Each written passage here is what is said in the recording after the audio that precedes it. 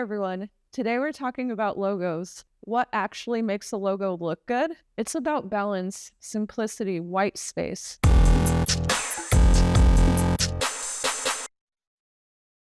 Yep, all that good stuff that people don't really notice until it's done very wrong. If you're a designer or even maybe just a logo fan, this video is for you. I promise. There are a few myths that we are going to bust along the way. First up, balance. Why does it matter? A logo isn't just shapes and words slapped together. It is a delicate system and everything needs to feel right. Letters, symbols, spacing. You have to consider all these things. They all have to harmonize together. When a logo is off balance, even if it looks pretty, you will notice it. And not in a good way. You will feel that something is off, even if you can't quite put your finger on it. It's like subconsciously it feels messy and awkward. And that's a big problem for a logo design because a logo needs to function across everything, from a tiny app icon to a giant billboard. Okay, but here's the secret sauce: white space, or as some people like to call it, negative space. It is basically the empty space around shapes and letters, but it is just as important as the stuff that you actually draw. Too little white space equals cramped and heavy, and too much might make it feel sparse and weak. The goal is harmony. You want a logo to be like 50-50. And this isn't just for the fancy logos, even the simple ones. Think single letter.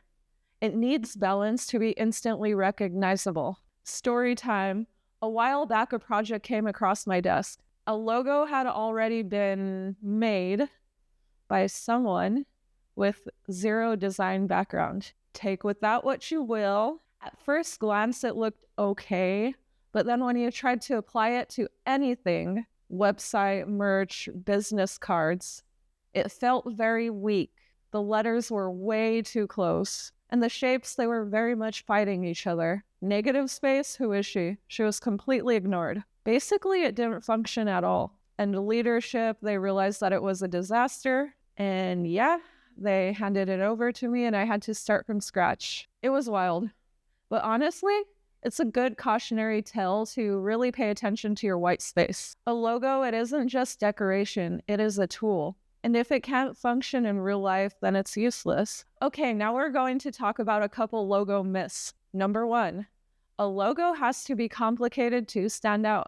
The truth, simplicity is your superpower. The best logos are the simplest. Number 2, color makes a logo good. Color enhances your logo.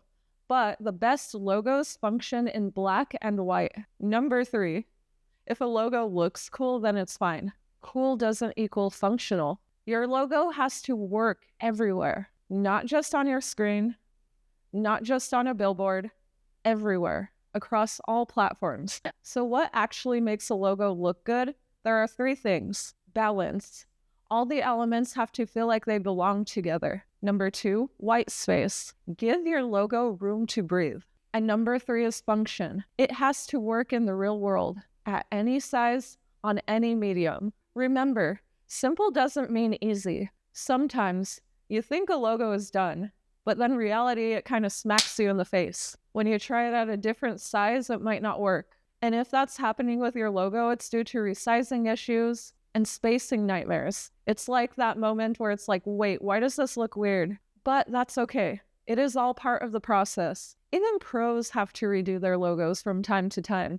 Don't fall in love with your first draft. Iteration is the key when it comes to making logos. So next time that you're working on a logo, don't just ask if it looks cool. Ask if it's balanced, if it breathes, if it works everywhere it needs to.